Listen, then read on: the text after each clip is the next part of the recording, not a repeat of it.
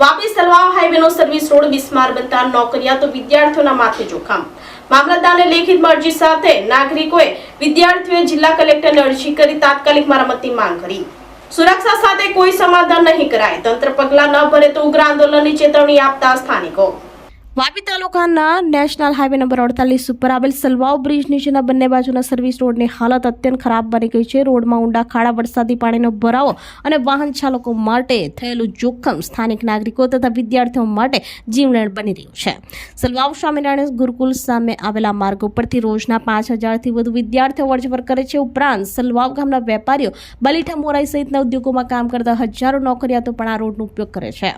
હાલ પરિસ્થિતિ એવી છે કે મોટરસાયકલ ચાલક હોય કે સ્કૂલ વાન અકસ્માતની શક્યતા સતત વધતી જાય છે। સ્થાનિક લોકો જિલ્લા કલેક્ટર વલસાડને લેખિત અરજી આપી છે, જેમાં જણાવાયું છે કે જો તાત્કાલિક કાર્યવાહી નહીં થાય તો જાહેર હિતમાં આંદોલન અને ઉગ્ર દેખાવ કરવા મજબૂર બનશે। લોકોનું કહેવું છે કે રસ્તાની હાલતને અવગણવામાં આવી રહી છે, જ્યારે આ માર્ગ જીવન રક્ષક છે।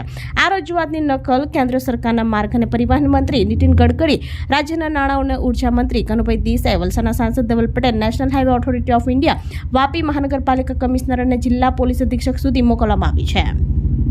સ્થાનિકોએ હાલની જોખમી પરિસ્થિતિને કારણે કોઈ મોટી દુર્ઘટના બને તો તેની સંપૂર્ણ જવાબદારી તંત્ર અને સરકારની રહેશે। જાહેર જનજીવન અને વિદ્યાર્થીઓની સુરક્ષા સાથે કોઈ સમાધાન નહીં કરાય હોવાની ચીમકી ઉચ્ચારી હતી।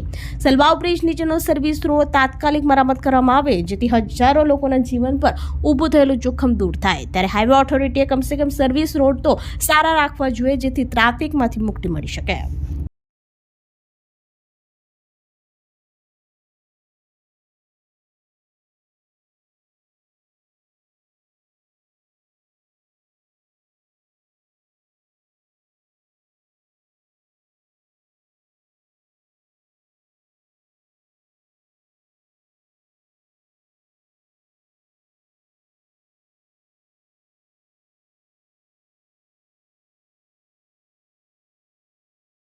આપણી સંકલ્પ ન્યૂઝ ચેનલને સબસ્ક્રાઇબ અને લાઇક કરો, બેલ આઇકન દબાવો, જેથી આવનાર ન્યૂઝ અપડેટ્સની નોટિફિકેશન આપના મોબાઈલ પર સૌથી પહેલા પહોંચે।